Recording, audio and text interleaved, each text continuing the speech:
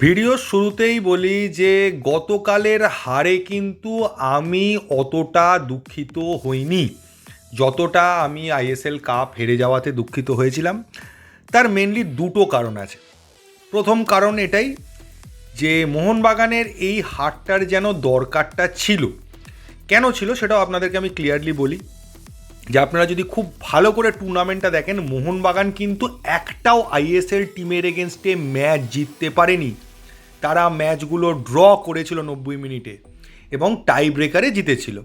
তো সেই হিসেবে দেখতে গেলে যদি আজকে ডুরান্ড কাপটা মোহনবাগান জিতে যেত, তাহলে যে টিমটা ফার্স্ট হাফে দুটো গোল দেওয়ার পর এতটাই ওভার কনফিডেন্ট হয়ে যায়, তারা যদি ডুরান্ড কাপ জিততো, তারা আইএসএলের মার্চ সিজন পর্যন্ত ম্যাচ হারতো বা ড্র করতো এই ওভার কনফিডেন্সের জন্য। এবং দ্বিতীয় কারণটা অবশ্যই খুবই সামান্য কারণ, যে অন্য কেউ জেতেনি, নর্থ ইস্ট জিতেছে। যে নর্থ ইস্ট টিমটার একটা কাপের সত্যিই দরকার। আজকে আইএসএলতে চালিয়ে যাওয়ার জন্য বছরের পর বছর লোকসান সত্ত্বেও এবং একা জন আব্রাহাম প্রায় টিমটাকে টেনে নিয়ে যাচ্ছেন, তাদের একটা পুরস্কারের প্রয়োজন ছিল যাতে তারা মোটিভেট হয় এবং টিমটাকে কন্টিনিউ করতে চায় এবং করে যায়, যেটা ভারতীয় ফুটবলের জন্য খুবই ভালো দিক হতে পারে। তো সেই কারণের জন্যই মনে হয়েছিল যে ঠিক আছে, নর্থ ইস্টই তো জিতেছে, নর্থ ইস্টের জেতাটা প্রয়োজন। তবে প্রথম কারণটাই মেন কারণ আমার মনে হয়েছে যে এই যে হারটার প্রয়োজন মোহনবাগানের ছিল। মলিনার ভুল চেঞ্জ বা কিছু ভুল ভাবনা থেকে তার চেঞ্জের জন্য ম্যাচটা আমাদের হাত থেকে বেরিয়ে যায়, এই ঘটনাটা অস্বীকার করা যাবে না। কিন্তু সেটার বাইরেও কিছু ভুল ছিল প্লেয়ারদের তরফ থেকে, বিশেষ করে দুটো গোলের ক্ষেত্রেই। প্রথম গোলটা যখন হচ্ছে, সেটা মলিনার ভুল ডিসিশনের জন্য নয় এবং সেটা ডিফেন্সের ভুলে নয়। ভালো করে দেখলে বুঝতে পারবেন, আশিস রায় এবং মনবীর দুজনেই কভারিং পজিশনে ছিল। ওদের দুজনের মাঝখান দিয়ে শট মেরে বলটা ঢুকিয়ে দিল, দুজনে কেউই বডিও ফেললো না বা তার সামনে গিয়ে কোনো চার্জেও গেল না। যেন সে শট মারবে, ওরা দেখবে, প্রত্যেকটা প্লেয়ার দাঁড়িয়ে দাঁড়িয়ে দেখলো। আপনি একবার তাকিয়ে দেখুন, 3টে নর্থ ইস্টের প্লেয়ার রয়েছে আর আমাদের ওখানে 6টা প্লেয়ার রয়েছে। এটা কি ডিফেন্সের ভুল, নাকি প্লেয়ারদের বুদ্ধির অভাব, নাকি প্লেয়ারদের ক্যাজুয়ালনেস? যে 6টা প্লেয়ারের মাঝখান থেকে 3টে প্লেয়ার এসে, তাও একটা প্লেয়ার অফসাইডে দাঁড়িয়ে আছে, দুটো প্লেয়ার মিলে গোল করে দিয়ে বেরিয়ে চলে গেল। কমেন্টেটর পর্যন্ত বলছে আউট অফ নো হোয়ার গোলটা হয়ে গেল। আর শুধু তাই নয়, একবার তাকিয়ে দেখুন বিশাল কোথায় রয়েছে, এখান থেকে গোলটা সেভ করা যায় না, বলটাতে হাত লাগানো যায় না। এটাও কি মলিনার স্ট্র্যাটেজির ভুল, না আমাদের ডিফেন্সের প্লেয়ার ডিফেন্স উইক বলে এই গোলটা খেতে হয়েছে?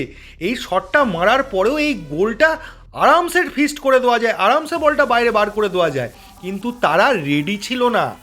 শটটা যে মারবে ধারণাই করতে পারেনি। তারা ভাবছে বলটা নিয়ে পেনাল্টি বক্সে ওরা আরও পাস তৈরি করবে, ঠিক মোহনবাগানের মতো বাকি প্লেয়ারদের নিয়ে আসবে, তারপর শট মারবে। কিন্তু এটা আমি প্রথম থেকেই বলেছি, ওরা কিন্তু শট মেরে দেয়। এটাকে আপনি ওভার কনফিডেন্স ছাড়া কি বলবেন? তারা ট্র্যাক ব্যাকও হয়েছে, প্রপার প্লেয়াররাও রয়েছে, পর্যাপ্ত প্লেয়ার রয়েছে, তাও গোল। মোহনবাগানের প্রত্যেকটা প্লেয়ার দেখুন দাঁড়িয়ে দাঁড়িয়ে দেখছে গোলটা হচ্ছে, কারণ তারা এক্সপেক্টই করেনি নর্থ ইস্ট গোল করতে পারবে। তাদের মাথায় ছিল না যে নর্থ ইস্ট গোল করতে পারে। তারা ভেবেছিল নর্থ ইস্ট গোলই করতে জানে না, তারা ডমিনেটিং খেলছে এবং তাদেরকে হারানোর ক্ষমতা এই মুহূর্তে কোনো টিমেরই নেই। তারা ম্যাচ জিতে গেছে, তাই জন্যই তারা দাঁড়িয়ে দাঁড়িয়ে দেখছে যে গোলটা সামনে দিয়ে হচ্ছে। আর যদি টম অ্যালড্রেডেরও কথা বলেন, তাহলে টম অ্যালড্রেড কেন, ওখানে যদি পৃথিবীর সেরা ডিফেন্ডারও থাকতো, সেও এক্সপেক্ট করতো না যে এই দুটো প্লেয়ারের মাঝখান দিয়ে শট করে গোল করে দিয়ে বেরিয়ে চলে যাবে একটা নর্থ ইস্টের প্লেয়ার, আর বাকিদের দাঁড়িয়ে দেখতে হবে। হ্যাঁ, এখানে দোষ দেওয়ার মতো একটা জিনিসই বলতে পারেন যে আশিস রায়কে সেন্টার ব্যাক খেলানোর কোনো প্রয়োজনীয়তা ছিল না। আশিস রায় সেন্টার ব্যাক নয়, একজন সাইড ব্যাকের কাজ হয় বলটার দিকে চোখ রেখে প্লেয়ারকে গার্ড করে ক্রস তুলতে না দেওয়া, কিন্তু সেন্টার ব্যাক অতটা সময় নেয় না। সামনে যদি কোনো রকম ডেঞ্জার বা থ্রেট ফিল করে, সে ডাইরেক্ট পায়ে চলে যায়। এই দুটো ডিফারেন্স কিন্তু দুটো ব্যাকের মধ্যে থাকে এবং আশিস রায় সে একটা সাইড ব্যাকের মতোই কাজ করেছে। ও কীভাবে বলটা শট মারছে বা কীভাবে তুলছে সেটাকে দেখছে দাঁড়িয়ে। তাও যদি পাটা বাড়াতো, বলটা ডিফ্লেক্ট করার চেষ্টা করতো, অ্যাটলিস্ট পায়ে লেগে যদি বাইরে বেরিয়ে যেত, সেটার চেষ্টাটাও করলো না। এটা তো সাইড ব্যাক বা সেন্টার ব্যাক কেউ করে না, তো আমি সেটাকে কি বলবো? আর মলিনার পক্ষে এটা বোঝা সম্ভব নয়, এবং সে নিশ্চয়ই হোমওয়ার্ক করেনি, আগের বছরের খেলা দেখেনি, জানে না যে ভারতের প্লেয়াররা একদিন একদম ইন্টারন্যাশনাল লেভেল হয়ে যায়, তারপরেই কলকাতা লিগেরও নিচের লিগের মতো পারফরমেন্স করে। তো তাদের পারফরমেন্সটা দিনের ওপর ডিপেন্ড করে, কনসিস্টেন্সি বলে কিছু নেই। এই জিনিসটা মলিনাকে জানতে হবে, তিনি আগে এটা নিয়ে পড়াশুনো করেননি বলে হয়তো তিনি জানেন না। তাও আমি বলবো বিশাল কিন্তু এই শটটা আটকাতেই পারতো, বিশালের ভুল ছিল। সেকেন্ড বলটার ক্ষেত্রে বা সেকেন্ড গোলটার ক্ষেত্রে আপনি কি বলবেন, কার দোষ ছিল? বলটা এখান থেকে এরা ক্রস তুললো, লং ওপর থেকে তুলেছিল, সুভাশিস দাঁড়িয়ে দাঁড়িয়ে দেখলো, বলটা পড়া পর্যন্ত ওয়েট করলো, ওরা বলটা পড়া পর্যন্ত ওয়েট করলো না, গোলে শট মারলো, গোল করে দিল। এখানে কি ডিফেন্ডারের ভুল, নাকি এটা স্ট্র্যাটেজির ভুল? কিসের ভুল বলবেন? নাকি চেঞ্জ করা হয়েছিল বলে এই ভুলটা হয়েছিল? এই ভুলটা তো চেঞ্জের ওপর ডিপেন্ড করেনি, দুটো ভুলই তো কোনোটা চেঞ্জের জন্য ডিপেন্ড করছিল না, বা আমাদের বিদেশি ডিফেন্ডাররা অত ভালো নয় তার জন্য ডিপেন্ড করছিল না।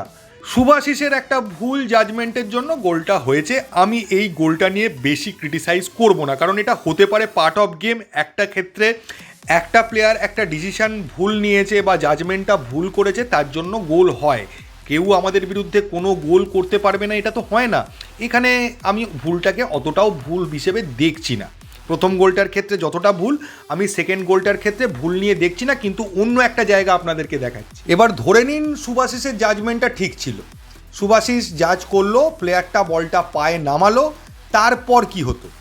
প্লেয়ারটা লেফট ফ্ল্যাঙ্গে পুরো বলটা পাস বাড়িয়ে দিত। এবার এখানে দেখুন একজন প্লেয়ার দাঁড়িয়ে আছে, সে ওখান দিয়ে সোজা ঢুকতো, ফিনিশ করে দিয়ে চলে আসতো।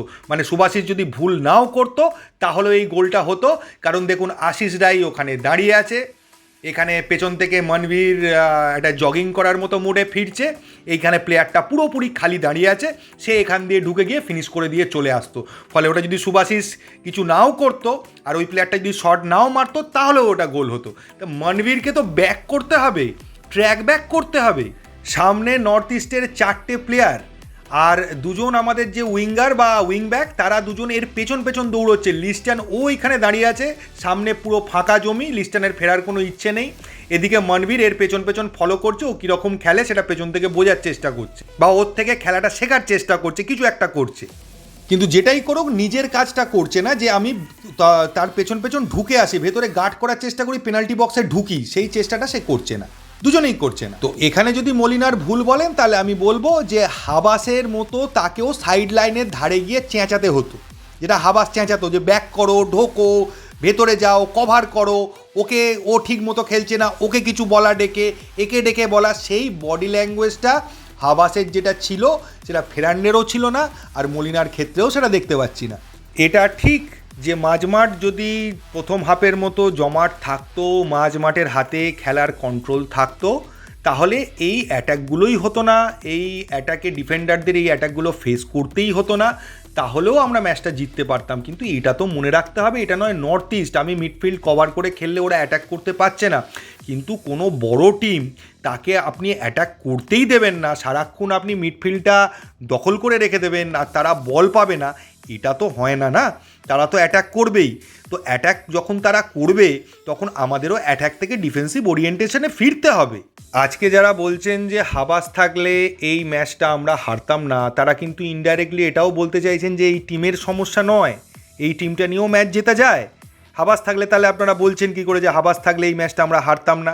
তার মানে ব্যাপারটা যেটা হচ্ছে সেটা হচ্ছে টিমের মানসিকতা, টিমের মানসিকতাটা তৈরি হচ্ছে না। কোচ চেঞ্জ করলাম মানে প্লেয়াররা যে খুব ভালো খেলতে শুরু করে দিল বা ফরমেশান চেঞ্জ হয়ে গেল, সব কিছু চেঞ্জ হয়ে গেল, ব্যাপারটা তা নয়। কোচরা মানসিকতার পরিবর্তন করেন। হাবাস যেটা করেছিলেন মানসিকতার পরিবর্তন। প্রায় ফেরান্ডোর একই টিম নিয়ে তিনি তাকে লিগ শিল্ড চ্যাম্পিয়ন করেছিলেন, কারণ কি তাদের মধ্যে হার না মানা মানসিকতাটা ইনপুট করে দিয়েছিলেন। 100% উজাড় করে খেলার ছাড়া আর কোনো বিকল্প কিন্তু নেই, এটা টিমের মধ্যে ঢোকাতেই হবে। এবার যদি চলে আসি আরও একটা খারাপ খবরে, সেটা হচ্ছে অ্যালবার্টো রড্রিগেজ কালকে যে চোটটা পেয়েছেন, মার্কাস মার্গুলা যা টুইট করেছে তাতে মার্কাস মার্গুলার টুইট অনুযায়ী মনে হচ্ছে 3 সপ্তাহের জন্য অ্যালবার্টো রড্রিগেজ মাঠের বাইরে চলে গেল। জানি না কি হবে, ভাবলেও ভয় লাগছে। তবে এইটুকুই আশার আলো আমি বলতে পারি যে এই ডুরান্ড কাপের হার যদি প্লেয়ারদের মানসিকতায় বদল আনতে পারে, তাদের কনফিডেন্স লেভেলটাকে একটু নাড়াতে পারে, ওভার কনফিডেন্সের লেভেলটাকে, যে ম্যাচ যতক্ষণ না 90 মিনিটের বাঁশি বাজছে ততক্ষণ ম্যাচ শেষ হয় না, এইটুকু যদি তাদের মাথায় আসে বা সেই মানসিকতাটা আসে লাস্ট মিনিট পর্যন্ত লড়ে যাব, শেষ মিনিট পর্যন্ত ডিফেন্ড করে যাব, দরকার হলে বডি ফেলে মানে জান দিয়ে ডিফেন্ড করব, এই মানসিকতাটা যদি তাদের মধ্যে আসে তাহলে মোহনবাগান দুর্ধর্ষ খেলবে আইএসএলে। এই সমস্ত বাধাগুলো অতিক্রম করে, ভুল ত্রুটিগুলো অতিক্রম করে একটা নতুন টিমকে আমরা দেখতে পাবো। আর তা না হলে কপালে কী আছে সেটা বলার আলাদা করে দরকার নেই, আপনারা সকলেই বুঝতে পারছেন। আর আগামীকাল টিম বিল্ডিং নিয়ে কী কী সমস্যা ছিল, টিম বিল্ডিংয়ে কোথায় কোথায় প্রবলেম হয়েছে, সেই প্রবলেম হয়তো আর রিকভার করা যাবে না, তাও প্রবলেমগুলো নিয়ে আলোচনা করব আগামীকালের ভিডিওতে। তো এই ভিডিওতে এইটুকু। যদি ভিডিওটা ভালো লাগে প্লিজ চ্যানেলটাকে সাবস্ক্রাইব করবেন। থ্যাংক ইউ, ধন্যবাদ, এবং জাস্টিস ফর আরজি কর এবং জয় মোহনবাগান।